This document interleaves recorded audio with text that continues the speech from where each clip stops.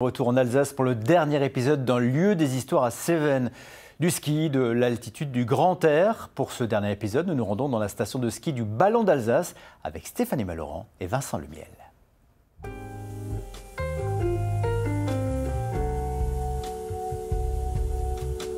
Pour ce dernier épisode d'un lieu des histoires à Cévennes, nous sommes à la station de ski du Ballon d'Alsace.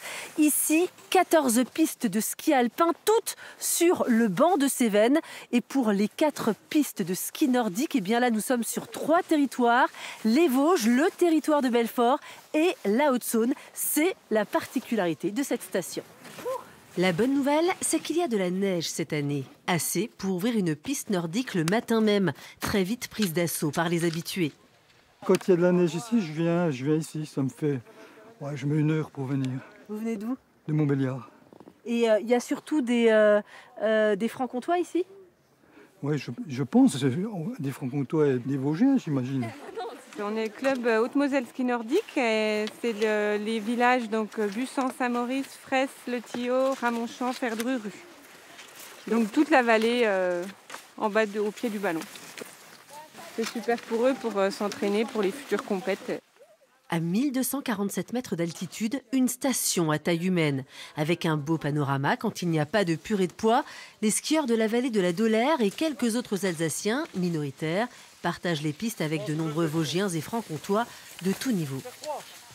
Des gens qui avaient abandonné la pratique de ski suite à de mauvaises expériences, des adultes, en venant sur nos stations, avaient envie de réessayer, notamment pour le ski alpin.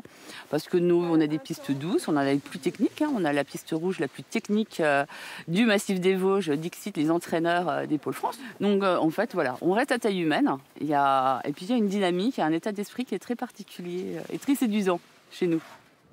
L'histoire s'invite aussi dans la station et nous rappelle les particularités de son emplacement, grâce à ces anciennes bornes qui indiquent les frontières d'autrefois.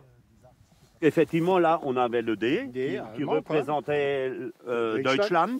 Et le F, c'était côté Frankreich. Et c'était la limite entre la France et l'Allemagne depuis 1870. Voilà. Et donc, avant 1870, tu avais le territoire de Belfort, c'est-à-dire Belfort même, qui était alsacien. D'où l'appellation du sommet du Ballon d'Alsace. La station est gérée par la région Grand Est et celle de Bourgogne-Franche-Comté. Un fonctionnement atypique, complexe, mais sur le terrain, une vraie richesse à exploiter. On travaille avec les Vosges, avec le territoire de Belfort, pour revenir peut-être en 1870 ou avant 1918, pour qu'on réunisse un peu ces départements et qu'on travaille ensemble. C'est en travaillant ensemble qu'on va avancer et surtout défendre notre patrimoine.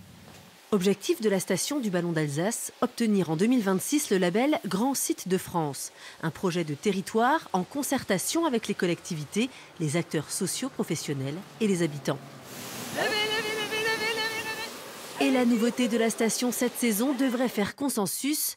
Voici le Snook. C'est un ski de randonnée avec des fixations qui se transforme à la descente en une luge avec une assise. Et du coup, ça permet de monter ici avec les pots de phoque, de retransformer en enlevant les fixations ici qui se démontent. On les remet dans un sac à dos, on remet les 2 skis l'un sur l'autre et puis on profite de la descente dans la neige. C'est la fin de cette série à Cévennes. Nous, on souhaite beaucoup de neige à la station du Ballon d'Alsace pour cet hiver. Et moi, je vous dis à très vite pour de nouveaux lieux et de nouvelles histoires. C'est parti!